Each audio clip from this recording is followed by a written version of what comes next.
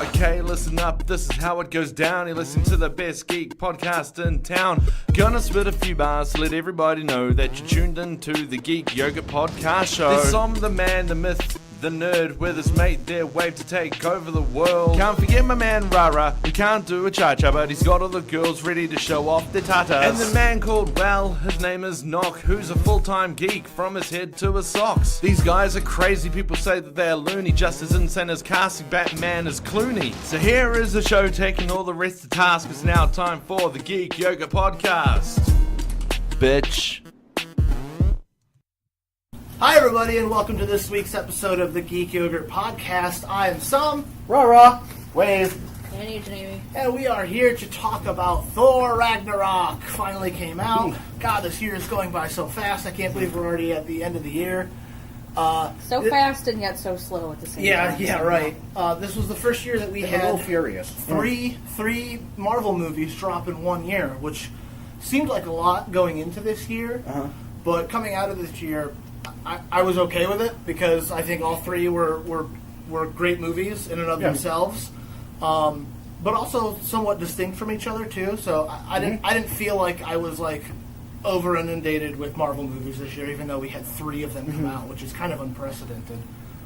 But bringing it back to Thor, I guess I'll just start. I love this movie. I saw it last night again with Agent Amy. This is the second time for me, and it was just as enjoyable of a movie experience. Like I said, it's easily the best of the Thor movies, and easily one of the best of the Marvel movies. And that's coming from a person who has never liked the character of Thor. Like, I always thought Thor was so boring, like just like Captain America. It was like he seemed so vanilla to me that there was no way I was going to A, relate to him, or B, find him cool. Right. And Chris Evans and Marvel completely changed that around for me to the point where Captain America might be my favorite of the. Well, that's because they actually showed you what Cap is like. Yeah, that's true. That's true. I Like, wasn't huge into his comic book, so I didn't really get what he was totally about. Well, and that's the thing. You get those, the stereotypes. Like, it's like with Batman, you have the stereotype of the dark loner. Right. I can beat anything. Right. But then, like, you actually read the Batman comics. You watch the good movies and all that, and like you're saying, like no, Bruce Wayne's totally willing to like hang out and drink a couple beers with Lucius Fox. Right. He's a person. He lives. He breathes. Wants, fears, desires, bangs Selena Kyle, Right, you don't get those nuance until you kind of like dig into the character. And I didn't feel like they brought out the coolness of Thor until this movie. Like, the first two Thor movies, I understood why I should care about him as a character, but I still found him like white bread, steamed broccoli, you know what I mean? Yeah. But this movie, he, being the title character, was actually one of the coolest characters in the whole movie. Well, I think part of it is Dark World tried too hard to be a serious movie. Mm-hmm. Like, they had some jokes in there, but overall, they were trying really hard to be this is serious business. Yeah. And I think that was kind of their problem. I think it was continuing on their problem that they had in the first one, which was, out of all their heroes, especially, or we'll pare it down to the four, Thor, Hulk, Cap, and Iron Man, he was definitely the one that proposed the greatest tonal challenge to like bring to the movies, to like, the big screen. Right. And I think they did something smart with Kenneth Branagh, bringing it very Shakespearean, very operatic. But you kind of hit a ceiling with that, and they didn't really know what else to do. So with the Dark World, instead of like expanding upon the character, they were like, well, how do we make it different than the first one? But we don't really know what to do with Thor, so let's just make it super dark and somewhat serious, and that'll be what people are looking for, like Game of Thrones, right? Because I mean, I get it on paper. Yeah. Thor, Game of Thrones, they got a prominent director of Game of Thrones to do the second movie, but it just wasn't really what Thor needed, because that landed with a resounding thud. Now we get to Ragnarok, and then you get to Ragnarok, which is so vastly different from any of the Thors, and it is vastly different from the rest of the MCU as well. There you go. Now, I know a lot of people are going to compare like the humor that's in those movies to the other ones, but it is separate. Like, yes, Marvel movies have overwhelmingly been more lighthearted affairs with an emphasis on jokes. And yeah, this movie on the surface seems to continue that tradition. And I'll give it to you, yeah, it does continue the tradition of a focus on jokes and comedy over, like, overwhelming, like, sentimentality. But the jokes are so different. And the comedy is so different compared to, like, Joss Whedon. Whereas, like, Joss Whedon has very witty, almost improbable, quotable lines. Like they wholeheartedly feel like faster would be better. We're writing a joke and it's quippy. It's a quip. Whereas Waititi's humor in Thor was more conversational, more about finding what's a virtue in human error. Like it's about the comedy of the mundane, and it's about comedic deflation of the characters themselves, both in humor and in theme, rather than just I'm writing a joke because Tony Stark wants to have a quip. You know, I see a very different split in that. I see it as more unintentional humor, almost kind of like I don't know, improvisational, like watching The Stooges or something like that. I mean, the thing that comes to mind is the Stan Lee cameo where Thor screams like a girl at the prospect of getting his hair cut. Now, I really had a problem with that, only because I didn't think that fit with him, but it does fit within the movie. Because I think that's the kind of thing they're going for. I see this more as like, more as of a bumbling adventure, as opposed to an intentional adventure. Which is like, I agree. Winter Soldier or something like that. That's part of the New Zealand comedy is it's all about self-deprecation, right? And that's exactly what's going on in this movie. Like what do you call it? Early Peter Jackson. That one Bad Taste, where it's the guy fighting the zombies. Right? God, I forgot He's about fighting that. zombies. Yeah. But he kills one because he trips and the lawnmower falls on it. Yeah. That kind of stuff. Yeah. I don't want to go as far as like slapstick because I don't know that it's I didn't go that kind far. of stuff. But it's that kind of humor that I think. I know. I get what you're saying. Yeah, and for a character like the character of Thor in the first one or the second one, I don't think screaming because I'm about to get my hair cut would have fit for the Thor that we were getting there. But with this Thor that we have and him being secluded on this other planet that he's got no knowledge about, and everything's so weird to him, I think what it was trying to do was appropriate Thor for the audience. So Thor's going to respond and react and ask questions just like an audience member would. Well, right. I mean, that's done right off the bat. I mean, with the very first scene where he's sitting there talking to the ruler of what would be hell. Yeah. And he asks him, well, wait, I'm coming around. Right. I mean, that determines the tone right there. Yeah. That's the same kind of stuff that you see in those old kind of, like, comedy shows and things like that, where it's like... self-deprecating. It deflates everything. Yeah, I mean, I don't think, again, and we've gone around this, I don't know that the intent was to do anything serious in this film. You can glean stuff from there in it, but I think this film was meant to be, like, turning on Sunday morning and watching The Stooges and getting a laugh from it because it's sort of a pure comedy exposure. Yeah. So I don't think the parts that were like heavy or supposed to be overly serious, they avoid making it like dour or aggressively dark. Right. And instead they move those stakes out of. They move the stakes from being about the grandiosity of the scenario, like Ragnarok, and they move those stakes to something more personal and intimate, like Thor coming into his own. Well, even that is kind of a joke. I mean, Ragnarok's the end of the world, but that's the way you get to move forward by letting the world end. I mean, even from the beginning, that that's kind of like where they're going. That the whole thing is a kind of a joke. Yeah. So. I like that. I think that ties into exactly what this movie was doing. It worked really well. I mean, I don't have any problems with anything that they tried to do. Yeah, I agree with you. It is like the best Thor movie, I think. Yeah. Well, it made it's reachable. Thor cool. Yeah, and it is reachable, and I think part of that is because Thor kind of acts like a conduit for us, the audience, too. Right. Whereas in the past, Thor was this...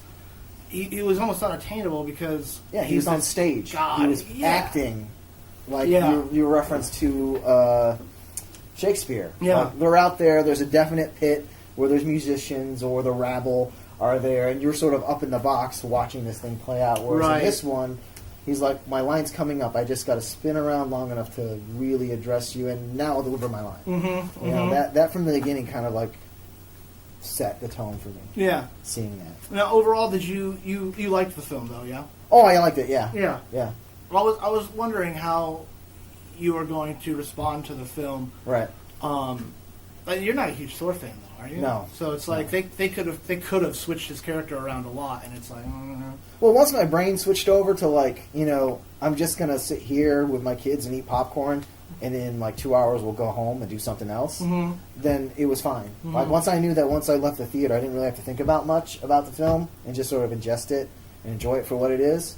I'm good. I like to equate this to this generation's kind of like Flash Gordon or Masters of the Universe or Buckaroo Banzai, where it's like it's this zany, brisk adventure story that you just want to kind of go on and have fun with. You're not really looking... Even almost like Vacation. Yeah. Like they're on a journey to Wally World. Yeah. Some shit goes down, but it's all kind of funny. That's what this movie is. It's basically a blockbuster indie family drama. It's just this dysfunctional family that's just on a road trip. It just happens to be with Thor and fucking well, that's what I was thinking budget, for like you know? the first half. Yeah. It's just like, you know, it's just the God's version of the Maury show, basically. Yeah, right. Yeah, where they're all just super dysfunctional. I mean, there's Thor and Loki, and then you get Hela coming in from out of fucking nowhere that you never knew you had a sister in the first place. Yeah, right. That was one of my small gripes with the movie, was just how within the first 15 to 20 minutes, how quickly everything starts to develop. Right. Because, within like 5 minutes, we get Thor is met with Loki, and we wrap up Loki's takeover of Asgard, and we find Odin, and Odin reveals this history with Hela, and then he dies, and then Hela's here, and it's just like, holy shit, a whirlwind of shit just happened within like 5 minutes. Right. So that felt almost too brisk. But again, it's such a minor gripe for me because at the end of the day, like, everything works. The themes work for this movie. The characters pop. I understand every character's motivations, and I understand, and they're actually good and tie into who those characters are as people too. So like the small gripes of somewhat of a meandering narrative kind of don't really matter to me in that regard. I don't know if anybody else felt that way, but well, yeah, I felt the same way. I think it's brisk. I mean, like, it was, before you know it, the movie's very over. fast. And Wave and I talked about this at length at some points too. I think if looking at it through the lens of what they were trying to do with this movie, like my complaints don't really have any kind of merit, because in this type of movie, Thor can scream like a girl. In this type of movie, it doesn't matter that the Warriors 3, and this has been 2 weeks, so hopefully it's not spoilers for you. No. The Warriors 3 die in like the blink of an eye. In this movie, it doesn't matter, you know, that I don't know. I don't really like how they handled some of the stuff with Hulk, in terms of like he went from being sort of a tortured man to being more straight comedy relief. Which is fine for this movie, but I just don't like that for me personally. See, I thought this is the first movie where Hulk was genuinely interesting and complex as a character. Right, because I didn't buy it at all that he was afraid of turning back into Hulk, and that he was really not wanting to do that because he had been Hulk. He had been Hulk for so long. 2 years. Yeah. I didn't buy him saying that at all, because in the context of the movie, I knew it was going to happen like 2 minutes down the road. That he was going to turn back into and it didn't really matter. Yeah. Because that type of sentiment isn't important to the story. So, what were you going to say? But wait a minute. So, but by saying that, you're saying, provided that you know what's going to happen later, whether it's blatantly obvious, like yes, obviously he's going to become Hulk, then characters' motivations mean nothing. Like when delivered as comic relief, yes, in my mind, that wasn't comic relief. Well, he certainly wasn't saying it in a serious tone. He was scared shitless about turning into Hulk. Muttering in something. No, he was fucking traumatized. I interpret that differently than you. Then apparently so. I didn't feel like he was traumatized at all. Well, he wasn't exactly joking or, I don't want to turn to Hulk, but guess what's going to happen? Yeah. Because he wasn't doing that. But certainly because in the face of Thor, that was happening. He was like, no, I actually like you, Ben, much better, playing on what he had said earlier to Hulk. Yeah. So the whole thing was sort of like just the dialogue between the two of them, I don't think was really meant to be serious because, later on he's going to ask him to turn to Hulk, and then when he's Hulk again, he's like, no, I prefer you because now you can fight. So yeah, but so you're saying that the entire motivation, characterization, and feelings of Bruce Banner and the Hulk do not matter whatsoever. Because I don't think I could take Thor's saying that to him, that I prefer you as Banner, not as Hulk, as a heartfelt sentiment. It's because it wasn't. It wasn't supposed. It wasn't. Thor was saying... So he said to his tortured friend... The exact thing that he thought that would get his tortured friend to help him. The same thing he did to the Hulk. He said the exact thing that he thought would be the means to his ends. I don't know. I just couldn't take that part seriously. I took... Well, first of all, I think the mumbling and the fumbling over your words... Mm-hmm. is a part of Taika Waititi's writing, because that's just it's finding virtue in human error and how people are falling over themselves. They're not pantheons, they're not gods, they're not well written, well spoken things. They're just human beings with faults. Mm-hmm. And in that moment, he had just snapped back to reality, we'll say, from being Hulk for 2 years. So last thing he remembered was the beginnings of Ultron. And now he's on a planet that he doesn't know, and he's talking to Thor, and he's just trying. There's a Hulk parade going on. He's just trying to get his bearings straight, and he can't even articulate what's going on because he doesn't know what's going on. He's scared shitless. So things are just so. The foundations are so crumbled and cracked that he can't gather his thoughts to articulate what's going on and why he is afraid. And I think him bumbling over his words is a physical tell that he's shaken up by what the hell just happened, and he's unsure of what the future holds for him. Mm-hmm. Even though we as an audience know, he's going to have to turn into Hulk at some point in this movie. Yeah, but I mean, it doesn't change the fact that Bruce very much did not want to. Yeah, I mean, he was reluctant to do it, and he only did it when Valkyrie was in danger. Mm-hmm. But again, I think that plays into what I'm saying about this movie. It's like, that may have been the serious intent, but because of the way the movie plays out, I couldn't take it seriously. You see, that's one thing. That's one thing where I know we definitely disagree, because, and I could be off base when I say this, but I feel like you see comedy as negating any seriousness, but not the other way around. You see them as diametrically opposed forces, and whereas because the world is never simply black and white. Mm-hmm. That's why I looked at this, and the Warriors 3, especially because I guess that Hogan aside, Hogan went down like a fucking Bamf. Mm-hmm. I mean, he went down with the army of Asgard as the last soldier standing. Mm-hmm. He went down like a badass motherfucker. Yeah. As far as Volstagg and Fenrir. Fenrir. Yeah, Fenrir. Yeah, it was quick, but I think that was the intent, not because look, they just crumpled. Not because of a joke or just to shove them out of the way, but I think to show how powerful and callous that Hela is. She just showed up, boom, took out two guys who we know are badass warriors in the blink of an eye. Mm-hmm. We have when Odin dies. I mean, I was moved by that entire sequence where he's sitting there, the birthplace of a religion, that worshipped him. He's sitting there on a coast, on a cliff, with his two sons, and he's giving them his final pieces of advice. He's saying, these things to both of them as equals, and he imparts the one thing that he never wanted to have to think about again. Look, you have a sister. It was a different, bad stuff happened. And before they even have a chance to start grieving, she shows up. I actually love how fast-paced that part was, because I've been in situations where something terrible happens to you, and you get no time to grieve. Yeah, you have to move on. Right. And whether it's because some circumstance dictates that you can't, or because, well, you just lost something or someone, and you have to be the strong one for everyone else. You can't let it show. Sometimes you're not allowed to grieve. And, the fact that Thor and Loki didn't even really have that chance to grieve until that moment on Sakaar when he's on his knees praying over Odin's soul and Loki comes to him.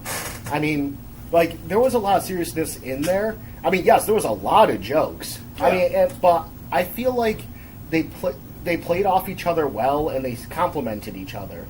I think that the humor self-serves. It stopped it from being too morose. Well, right. And stopped it from, these stakes, these serious moments, gave it the depth that it needed. And that's my standpoint, is that it never was meant to be morose. So there's nothing to stop. So they just plowed on through with what they were trying to do. That's what I'm saying. Well, it was never meant to be. Well, here's the thing. It was never meant to be heavy scenes. Here's the thing. You take the right. They're not supposed to be heavy scenes, but you're supposed to feel something. I like know. You said, these are characters we've been with. Yeah. Well, because instead of focusing on crushing sentimentality or verbose oppressive doom and gloom, it rather would focus on the future. Existential strife from the characters. Yeah. And you feel the seriousness of what's going on, not through an event like Ragnarok or somebody dying, but just through characters having to live through those. The existential strife that they feel living in a world event like this, or trying to figure out who I am as a person, or being humbled by the events. Go on. Oh, sorry, just like I'd say, the jokes don't necessarily take away the meaning or the importance of that moment where they have the realization of Asgard is not a place, it's a people. Right. And what that means, it doesn't take away that fight on the Rainbow Bridge. Right. Where, sure, there were a couple jokes in there, but it doesn't take away the fact that they're still fighting for their lives, trying to get the citizens out. There's still that serious undertone there. And I don't know. I think I get more out of, say, the struggles of Bucky and Cap, and even of Stark in Iron Man 3 and his nervous breakdown, that I'll ever get out of this movie, just because of the way that that stuff is delivered. What do you think, Agent Amy? I mean, you've been kind of quiet as we've sort of gone back and forth on this. Fuck, where do you want me to start? Start with how you felt about the film and certain scenes and. Have you seen Avengers and all that other stuff? No. What MCU movies have you seen? I've seen Iron Man 1 and 2. Well, then we'll start from what we start with before, with you having not seen. So you're a clean slate. In this movie... Clean slate, unprepared. How did it make you feel, seeing these people... Like Joe said, be dispatched easily. Did they achieve this notion that Hela is this unstoppable force goddess coming of through? Death? Yes, unstoppable force that's just coming through, and you don't have a character come in and with a title like the Goddess of Death. But the caveat to that is, could anyone have been in front of her, and you've known that? In other words, did they have to kill off the people that they did in order for you to feel that? Well, I mean, clearly she was just a ruthless fucking person. I mean, she pulled a rando from the crowd and, told Scourge. That's what I thought. I just wanted to be sure. Told Scourge, okay, kill her. Do it. Just kill her. Uh-huh. When this poor woman is just crying on the street. Yeah, right. Hoping that she'll find out, maybe she'll find out where the sword is. Maybe not. Either way, she doesn't care. Yeah.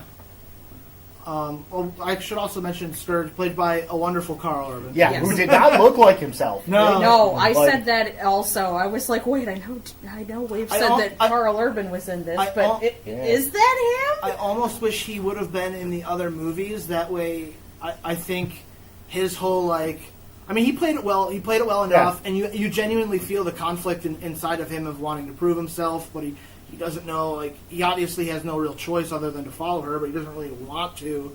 And then having the whole switch around at the end where he finally takes out his guns and comes to the aid. I wish they had let him live. Because first off, Enchantress. If we ever get Enchantress, like, you need Scourge by her side.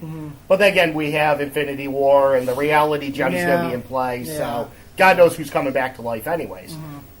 By the way, I also want to bring up, sorry, just with the hair, I wanted to get this in back when you guys were talking about the hair. I know we're a little removed now, but to me, that also felt in character for Thor. Thor loves his hair. Thor, from movie 1 through now, like, counting all the Avengers, every appearance he's had, Thor is vain.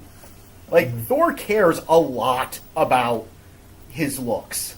Like, he, like, more so than Tony Stark. Tony Stark will meticulously groom his goatee and have nice Armani suits, but, like, Thor cares that people look at him and go, that's the God of Thunder. Wow. Yeah. Well, not only that, but I mean the fact at the beginning of the movie when they went to go looking for Odin and he stopped to take a fucking selfie. And doing fucking duck face. Like he's a very vain person, and at first, he tried to do the intimidating thing. I am the son of Odin. Don't you touch me. And then you have where Stan Lee's like robot arms come out and they're like giant fucking like buzzsaws. Like, yes, this is obviously a joke scene. I'm not saying it's not. But if that was coming at your head, wouldn't you scream too? And like, here's the thing: we also putting a lot of the stuff that happens, especially right then, in context. You gotta look at it in the context of the movie. He just lost his father. He just found out that his brother has been there for 2 weeks and won't help him. He just found out he has a sister. Oh, hey, she tossed his ass out of the Bifrost. So he knows that she's on her way to Asgard. Mjolnir has been fucking destroyed. And I know some people have joked about the fact that, they talk about like it's a person, like but that's how Thor sees it, though. But it is. Right down to, in the comics, Jane Foster Thor has conversations with it. It talks back to her. Oh, that's cool. Like, they have full-on conversations. Odin's son Thor is still kind of like, how the fuck are you doing that? But I mean, like, he's been ripped out of everything he knows, everything he loves. He doesn't know if he'll ever get home, let alone what he'll find when he gets there. And, I mean, I'm sure the wounds of his mother dying from the last movie are still relatively fresh. And yeah, he tried to be tough, and then it's a holy shit. First off, not only are they not fazed by him saying, I am the God of Thunder, they don't even get right. The Lord of Thunder, but watch out, his fingers make sparks. But this old man's here, buzzsaws is like, don't put that near my head. Don't cut my hair. I think you guys are getting the wrong impression about what I'm saying. Everything I'm bringing up does not make this movie a bad movie. No, I don't think it's still a good movie. Yeah, I don't think you're saying that it was a bad movie. I think it's good because those elements work well with what they are trying to do. So I want to make that clear. No, I didn't think you were saying that that's what makes this movie bad. I took it as you were saying that's not natural for a character like Thor to scream about getting a haircut. Right. But and this is like, I know you liked this movie. We talked about it, but. And this is the awesome thing. I'm going to get a little philosophical for a second, because I know we got to start wrapping up. But I'm going to get philosophical for a second. This is the beautiful thing about opinions. Rara and I watched the exact same movie. Beginning to end, we saw the exact same movie. Both of us walked away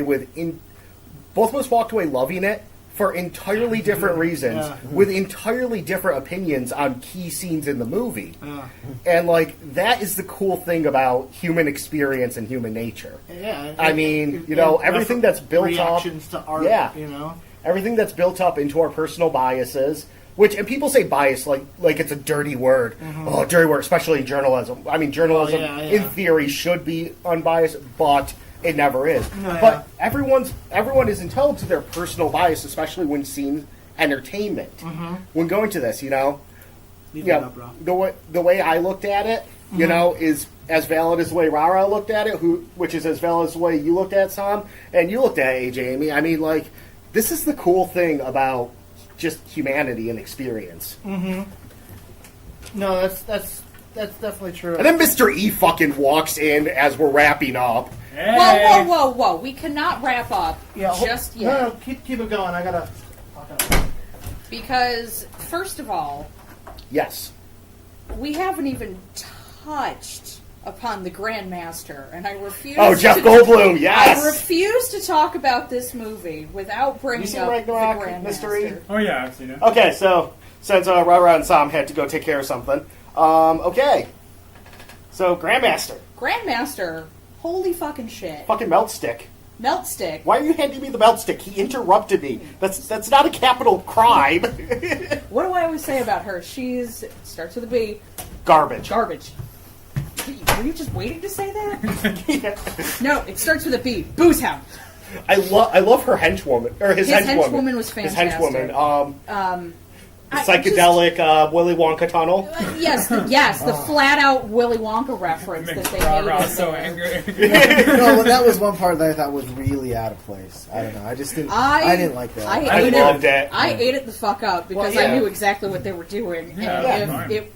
Well, it felt just like those older, like I said earlier, it felt like Buckaroo Banzai, you know, Flash Gordon, Master of the Universe zaniness. Yeah. Especially with Jeff Goldblum, too. And this was Jeff Goldblum, in my opinion.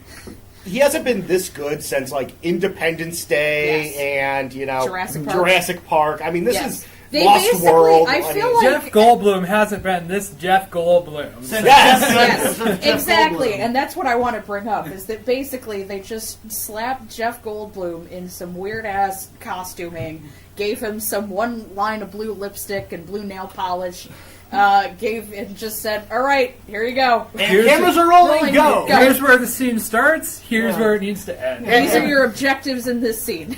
And here's the thing I love about all of this, and Marvel itself, like the way they cast their people. They cast the characters. They don't cast actors. They didn't cast, you know, Robert Downey Jr. They casted Tony fucking Stark. Yeah. They didn't cast Thor. One of their highlights has always been that they're so amazing strong casting. Yeah. Like their actors are the characters. Yeah. Like even like the way they act in real life. Chris Evans essentially is Captain America. Have you read his Twitter account? I have. Oh my god, yeah, that's true. And He's the hero that we so deserve. I love Marvel Cosmic. Yes. People know this. You know, I love like all the space shit and like, you know, that good old Kirby and even how good was the Kirby aesthetic in this movie? But like the classic Kirby, even up to the newer like Abnett and Lanning stuff. Mm-hmm.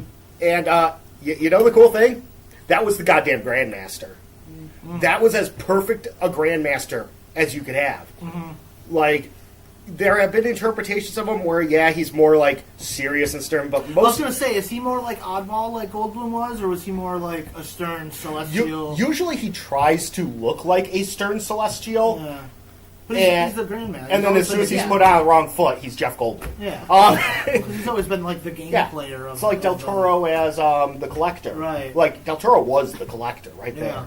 And I want to see these two in the same room, because they were always fun in the comics, because they were rivals. Because the Collector wanted to collect these heroes, and like put his action figures away in boxes and shit, and the Grandmaster wants to smash them together until one of them breaks. That sounds about right. They're brothers. Yeah. Now, are they Celestials, or are they just like supreme beings? They are elders of the universe. Okay. Yep. Other ones include the Champion, the Runner. Was Ego set in one of those? No. Okay. Not in the comics. Yeah. What? Is Living Tribunal? No, he's a Celestial. He's a Celestial, okay. I always get them confused. Yeah, Celestials are the ones that are like the size of Galactus. They're the big, giant ones, right. Because I know that there's... I want to say that there's, 5 Elders of the Universe. Because I know when HeroClix did their Infinity Gauntlet event set, they did the 6 prizes. It was the 5 Elders and the In-Betweener. The Gardener's one. Gardner, thank you. So Gardner, Collector, Grandmaster. Plank Mystery. The Runner, and the Champion. Yep. Yeah. Gardner was Space Jesus. Sky Gardner? Not quite. Hippie Jesus. Hippie Jesus. Hippie Jesus. Seriously. I'll show you a picture of him sometime. Oh my goodness. The Gardner. Jesus. What were you going to say, Amy? No, I just wanted to say that I was just very pleased with the Grandmaster. First of all, just being a great... Exactly. 1, 2, 3, 4. That was a nice continued little for- theme that went through the whole movie. Oh, Yes. Well, this was the first Marvel movie where I genuinely acknowledged the soundtrack as being like Yes. something. Yes. You know, like I actually like. Well, oh, yeah, wow, we- this is really good. No other Marvel movie have I ever like Guardians. Guardians, but Guardians is different because It's real music. It's yeah. It's pre-existing. Yeah, their score Yeah, is still sort of good like in Homecoming. Guardians. Yeah, like Yeah. their Yeah. score is So- still well made in Guardians, but like none of it stood out like as a character like the music did in Ragnarok. for me. Yeah, I agree. Oh, Especially anything you've seen with Grandmaster. Oh yeah. Yeah. And speaking of scenes with the Grandmaster, what about Loki's reaction to seeing the Hulk? Yeah, That whole scene, Yeah. And like, when Hulk Hulk's does the- slamming Thor around, yeah, that's how it feels. That's how it like. just a huge fan of Like, the score. oh my god, it was so. And because, and like we said, these are such good actors that we got doing this. Yeah. I mean, just Tom Hiddleston's bringing that energy, the fear on his face when he first sees Hulk, the enjoyment of watching his brother get the same And treatment. I also want to point out that I don't know if anybody else picked up on this, the fact that at one point Grandmaster and Loki were both mirroring each other in their reaction to this fight. Oh yeah. Yeah. That they were just like, oh shit, what is happening right now?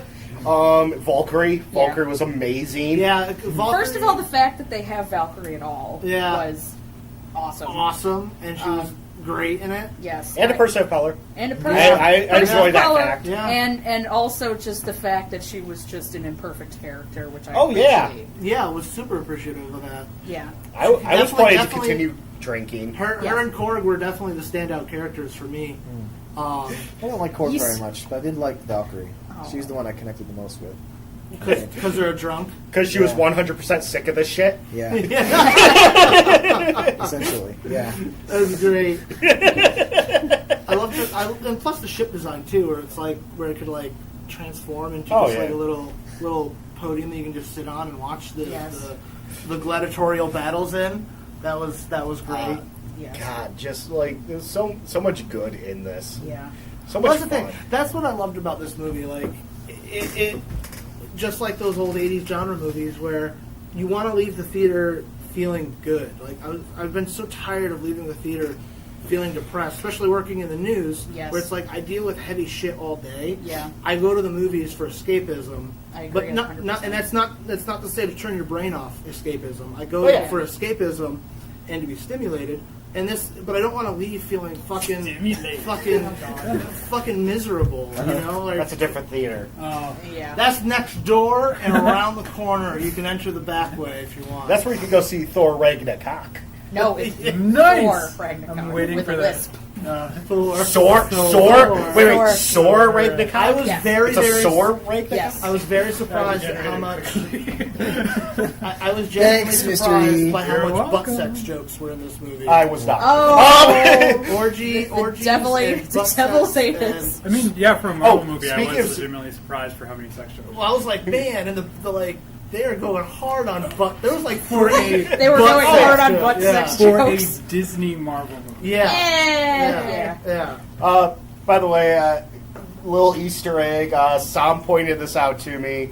There's a quick. Yeah. There's a scene where Scourge, when he's first introduced, is showing off Hold my stuff. his treasures that he's stolen from across the galaxy Yes. to these two groupies, and it cuts to him, and he has a fucking shake weight.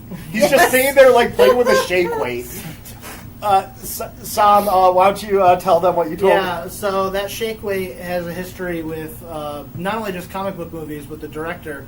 Taika Waititi was the best friend who directed Ragnarok, was the best friend of Hal Jordan in Green Lantern movie with Ryan Reynolds.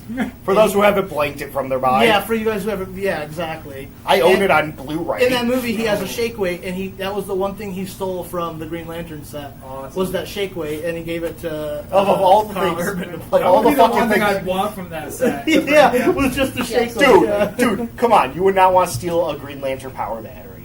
Okay, fair. If Come it on. wasn't all CG. Yeah. 'Cause I really Yeah, don't know. I really don't. know if I feel like it's 90% of Yeah. that movie was not real. So, I guess for the final thing I'll really say about Thor is it kind of harkens back to what Ra was saying, where You could totally watch this movie as nothing more than a popcorn flick, and it's super breezy, and it washes over you like cotton candy. But what Taika did that was clever, and being a person of color from the Commonwealth in New Zealand, he infused in this movie a commentary on imperialism and British colonialism with the whole Asgard being taken over, the whole Nine Realms, and how there was this lie about how they were built. I mean, it's such a perfect commentary on imperialism, and it fits so well with Thor and the whole refugee kind of story that's going on with that. So I think it was, you really got a hats off to him for slyly sneaking that in a popcorn Thor movie, because it could have been nothing more than just a big budget slam fest. Yeah. And the fact that it wasn't that, and that you can have that discussion about imperialism and colonialism Well, the fact out that of it a had Thor that movie, kind of depth. yeah, exactly. That kept it for me. That kept it being a unique experience for me, and it definitely separates it from all of the other Marvel movies. Did he say that in an interview or something? He didn't say it in an interview, but it's right there in the text and subtext, and it ties right back into the themes of Thor and being Thor who's Asgard, not from planet Earth, and he's got this whole kind of refugee, otherworldly aspect to him. I mean, it fits perfectly with the character of Thor. And from being from New Zealand, I mean, it's a well-documented history of how they treated the Aboriginals in New Zealand. So, I mean, why wouldn't he have Had that opportunity. Right. Why wouldn't he use this I thought platform? Black Panther would be the first Marvel movie to touch on genuine cultural and racial touchstones like that, and try to have a discussion about that in a movie.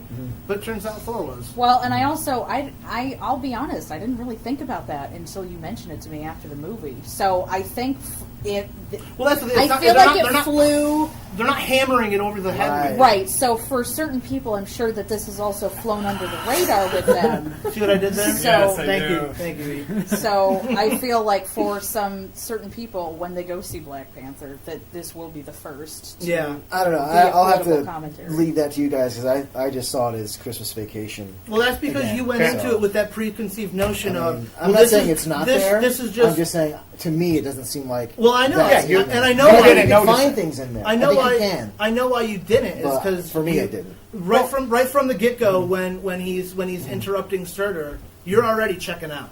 You don't want this movie to have anything deeper to it than just a breezy popcorn. Well, which it's is also- fine. That's your prerogative. For me, it didn't deliver those things. Well, it's also like which how, is fine. You can have that kind Right. of movie, and Yeah. I can enjoy that kind of movie. Well, that's but what for I me, said. it didn't deliver. right. That, so. It's like how you saw stuff deeper in Man of Steel. Yeah. I did not. But see, the thing But, is, yeah. the difference there is they came out and said they intended to do that. Failures aside, authorial intent is a whole nother episode. well, failures aside, whether you think they pulled that off or not is fine. But when someone comes forth and says, "I'm making this type of movie," if they fail, then fine.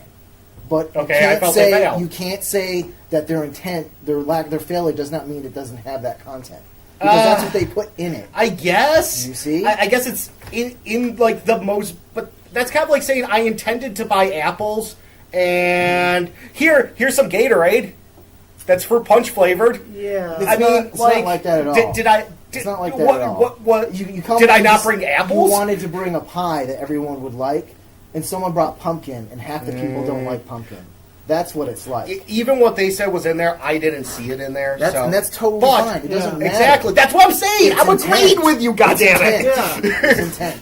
Yeah. And you know, that's why I asked you if like in some kind of interview later on, he's like, you know, Well, I wanted Waititi to also put that in doesn't. there. Waititi also Or if there's a doesn't. history of this. Well, he I don't doesn't. know. No, he doesn't have a history of it because he doesn't like to over-explain his Yeah. movies to people. He wants them to experience and to understand them for themselves. He doesn't have to come out and say, "Hey, did you catch that theme on there? Because I was laying it on pretty thick. Yeah. And if you didn't catch it, I'm here to tell you that it's there. So you better get it."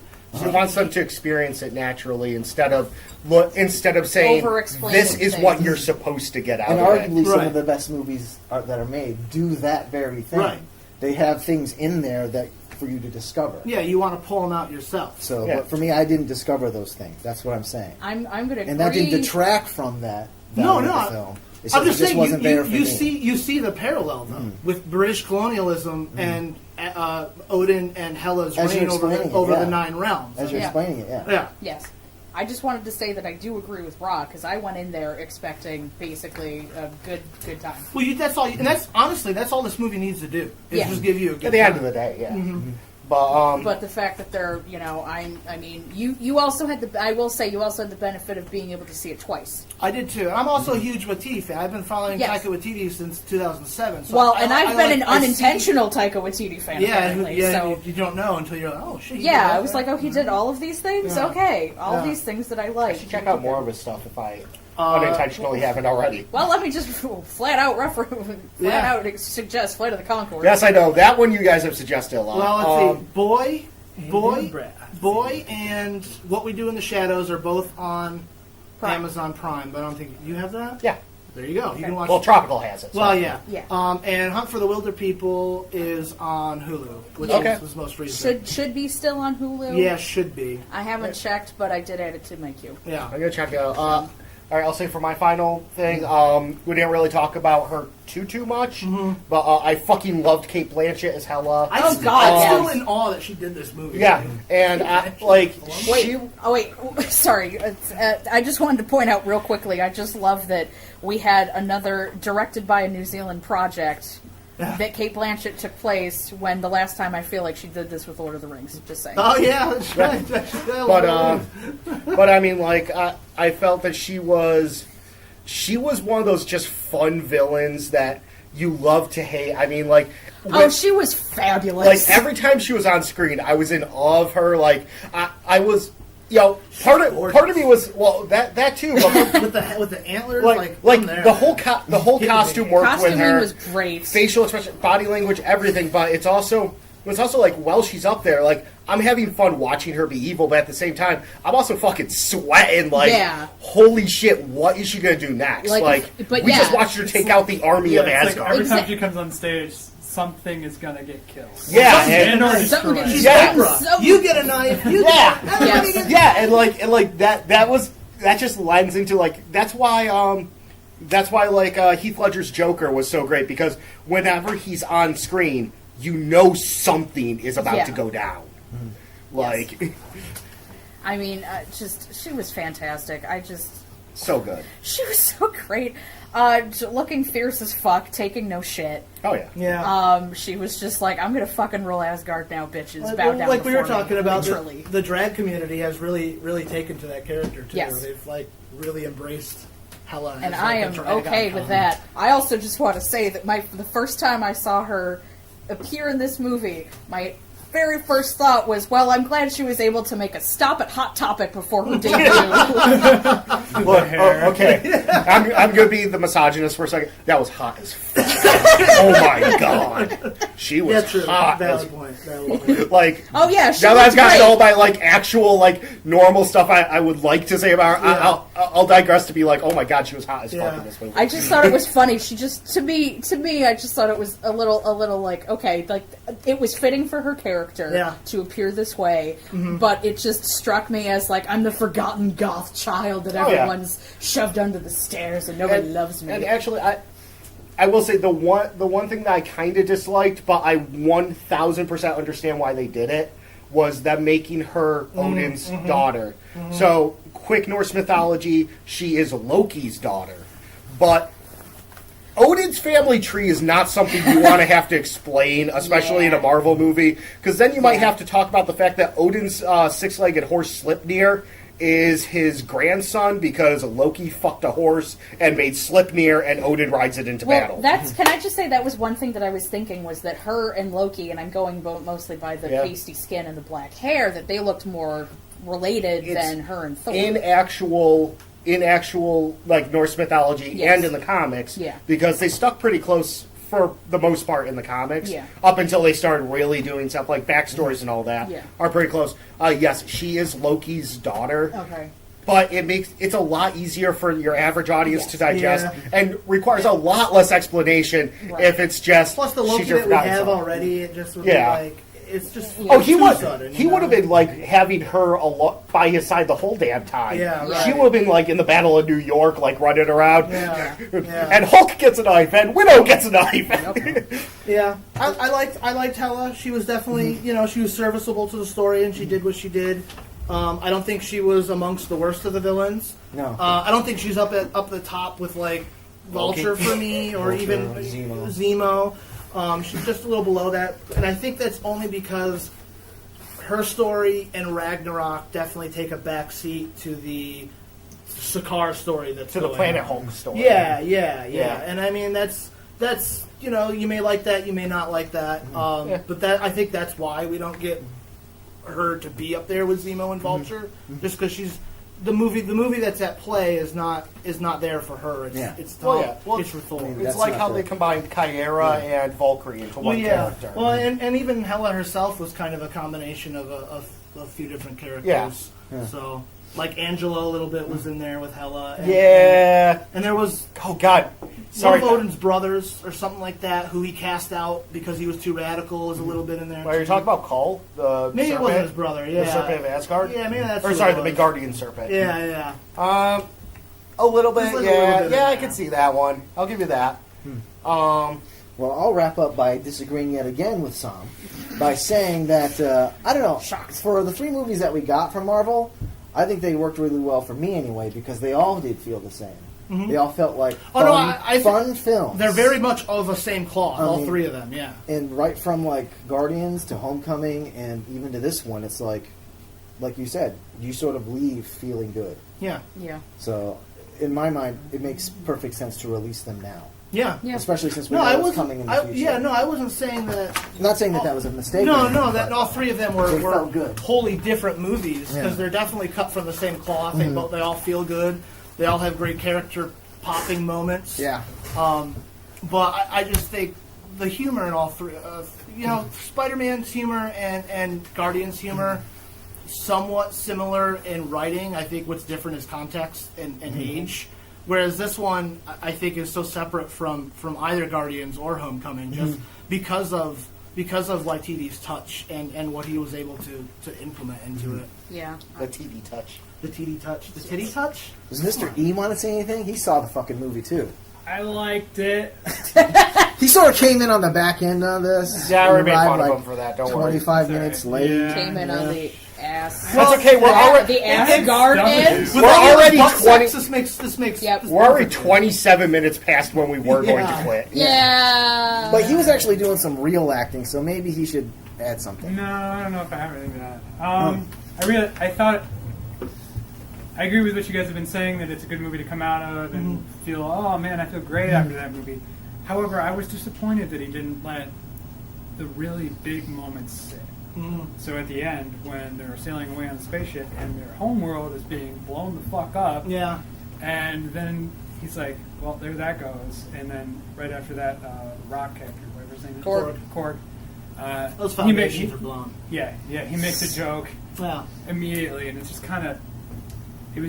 That was actually disappointing. Yeah. Because I feel like that should have sat.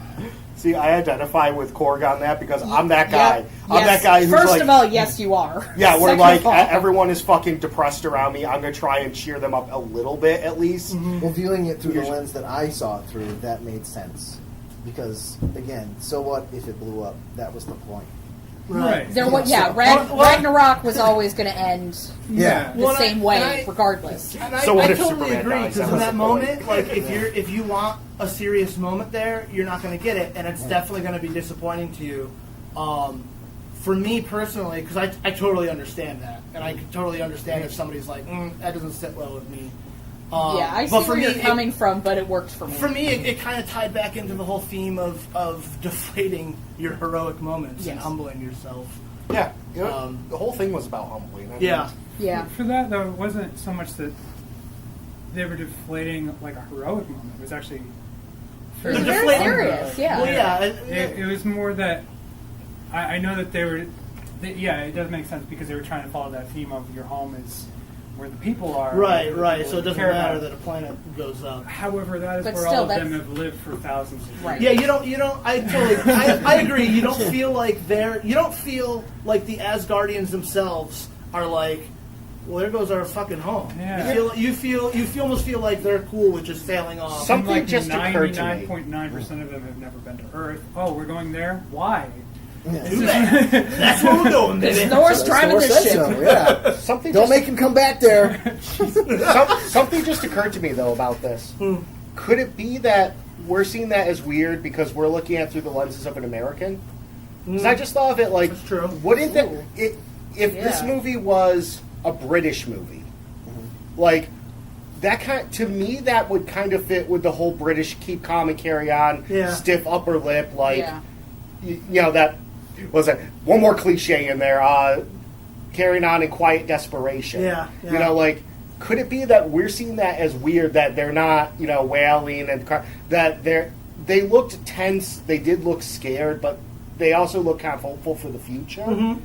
Could it be that we're seeing that as weird, that they're not crying more over it because we're American? Yeah, because of our... Well, no, to our Mr. Reed's point, it's because for 4 movies we've seen Asgard as this place that's like The pinnacle of technology. It's pinnacle of technology. It's the height of whatever you can achieve. That kind of thing that's been around for thousands of years.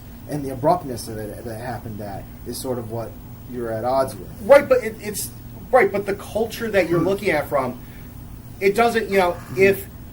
If Britain was destroyed and if America was destroyed, I bet you would see the survivors acting in different ways between the two groups. I wouldn't say 30 seconds later with Korg's joke. Right. That's the point. I mean, as the thing was blowing up, they were making a joke. Oh, well, no, I'm not talking about Korg's joke. Sorry, I'm talking about like the way people on the just ship the reaction reacting. in a whole. Yeah. Korg aside, because he's a character. He never wasn't lived on from Asgard. Asgard, yeah. He wasn't from Asgard. I'm talking about the Asgardians themselves. Yeah. Like, But yeah. his jokes served to sever the scene, which is what I'm trying to say. Yes, and I'm agreeing with that. Yeah, But like, I think that was the intent. Right. Was to sever that scene. And I disagree with that as being not a great choice. Well, right, yeah, because that's not going to work for I everybody. feel like they did, yes. I do feel like they needed to lift it back up after that, but they just needed to let it sit for like a minute. Yeah. I totally get it. Yeah. I also just want to mention, That's one of the reasons why I hate Han Solo's death, because you don't really get a chance to feel it. That's right. Yeah. Good point. well, spoilers, A. That was already spoiled for you. It was Yeah. The very movie's like spoiled. 18 by years old. me, by me. by way of himself. Back to being serious for a quick second. Rah.